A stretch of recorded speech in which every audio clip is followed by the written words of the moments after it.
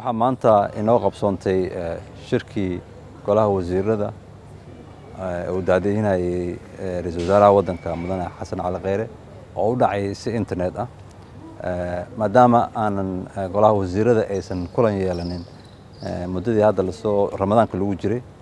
sababa aan ognahay awgood ay ka mid tahay COVID-19 saameyntiisii waddanku ku lahaa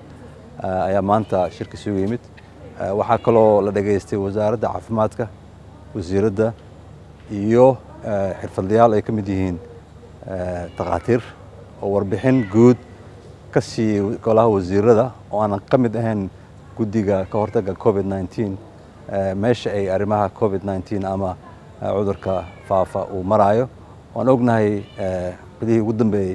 ra'iisul wasaaraha xafiiskiisa iyo wasaaradda caafimaadka liid ka tahay ama hormuud ka tahay ay aad uga shaqeynayeen warbixintaas markii la dhageystay kadib dood ayaa laga galay sida wax lasu gacan qaban karo iyo sida maamul goboleedyada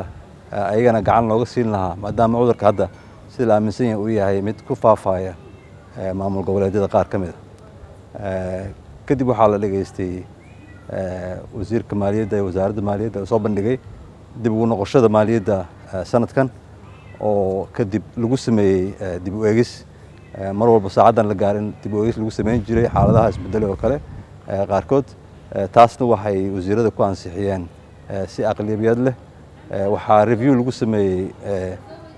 meelaha u baahan kaalmada iyo meelaha kale ay naaqusku oo ka yimid sida ganacsiga yaraaday iyo canshuur dhaafkii dowladda ay u sameysay bisha ramadaan awgeeda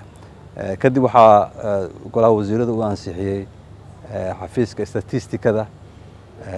wasaaradda qorsheynta qaranka agaasimaha guud iyo agaasimo xigeenkiisa oo ayagana maanta loo soo bandhigay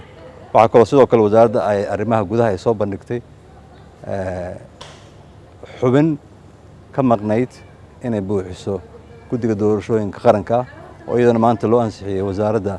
arrimaha gudaha iyo federaaleynta marka shirka oo ahaa mid la kala dheer yahay laakiin waxay muuqatay inuu wasiiradii ay aad uga doodeen arrimihii